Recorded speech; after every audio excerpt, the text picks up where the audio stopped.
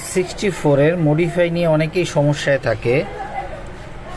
আর এই সমস্যাটা হয় যে অনেকে অনেক টিউটোরিয়াল দিয়েছে কিন্তু তারা টেস্ট করে নাই যে F64 কিভাবে ভালোভাবে কাজ করে।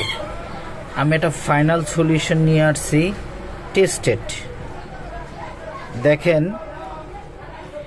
প্রথমে মানুষ অনেকেই করেছে কি যে এই এক নাম্বার আর 2 নাম্বার সুইচে সুইচিং করেছে।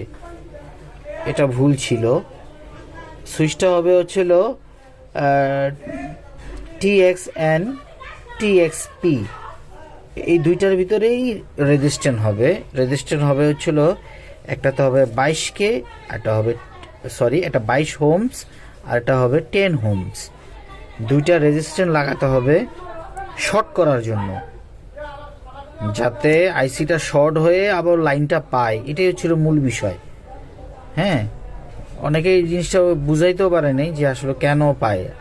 যখন আপনি বোর্ডের ভিতরে সরাসরি লাগাবেন তখন সিপিইউ থেকে যেন লাইনটা সরাসরি আপনার F64 রিড করতে পারে, এই জন্য এটা শর্ট করে দিতে হয়। শর্ট করে দিলেই তখন ওই টেক্সট লাইন শর্ট করলেই পেয়ে যায়। আর দেখছেন এই যে এখানে আমি দেখেন এই জায়গাটার ভিতরে এই যে আমি 0 হোমসে 2টা রেজিস্ট্যান্ট লাগিয়ে দিয়েছি। হ্যাঁ, এখানেও 2টা 0 হোমসের রেজিস্ট্যান্ট লাগিয়ে দিয়েছি। দেখেন, এখানে রেজিস্ট্যান্স ছাড়া তার টাইনেন না, এতে অনেক সময় শর্ট হয়ে গেলে, ইউএফএস এর লাইন শর্ট হয়ে গেলে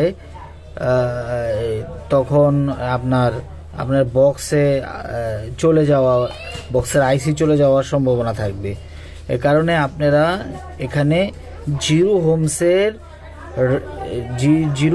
রেজিস্ট্যান্ট ব্যবহার করবেন।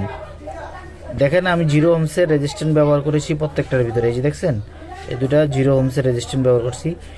এই যে এখানে অনেকে 22K ডাবল দেয়, এটা একটা ভুল।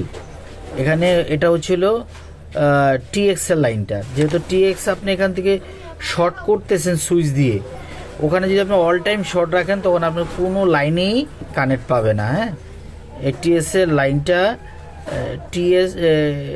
TX অ্যান্ড যে লাইনটা, এটাই হচ্ছে এইটা। হ্যাঁ, এই লাইনটা আপনারা কি করবেন না, শর্ট করেন না। শর্ট করলে তখন সব সময় পেতে যাবে না, পাবে 2-1টা, কিন্তু পরে সব পাবেন না। আলহামদুলিল্লাহ, F64 আর মডিফাই ফুল অ্যান্ড ফাইনাল। আপনারা এইভাবে করেন, এইভাবে যতগুলো পায় এটাই ফাইনাল। আর ইনশাল্লাহ চেষ্টা করলে গিয়ার ম্যাচ করে নিলে আপনি সবগুলিই পাবে। আসসালামু আলাইকুম।